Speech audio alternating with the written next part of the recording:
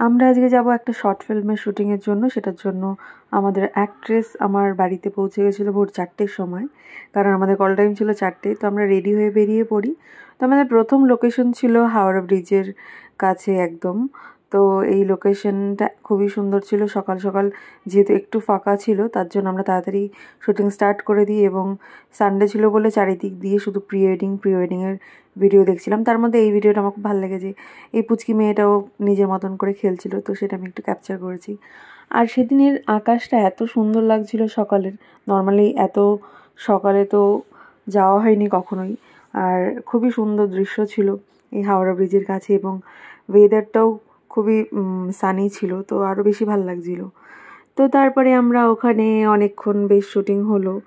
তারপরে সেখান থেকে আমরা আবার গেলাম ফুল মার্কেটে। আমি ফুল মার্কেটে এর আগে কখনো যাইনি।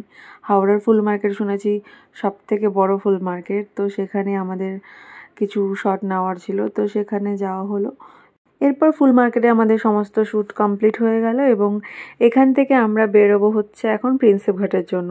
তো প্রিন্সেপ ঘাটে গিয়েও ওয়েদারটা সানিই ছিল প্রথমে, তার কিছুক্ষণের মধ্যে বৃষ্টি চলে এলো, এবং ওই সানি ওয়েদার এবং রেনি ওয়েদারের এই অদ্ভুত সুন্দর দৃশ্যগুলো আমি সব ক্যাপচার করে নিয়েছি। এবার এখানে কমপ্লিট করে আমরা চলে যাব ময়দানে। তো আমরা অলরেডি ময়দানে চলে এসেছি। ময়দানে এসে আমাদের ডে লাইটেই প্যাক আপ হয়ে গেছিলো। তো এই ছিল আমার একটা আউটডোর শর্ট ফিল্মের সারাদিনের জার্নি। তোমাদের কেমন লাগলো পুরো ভিডিওটা অবশ্যই জানিও, অ্যান্ড থ্যাংক ইউ।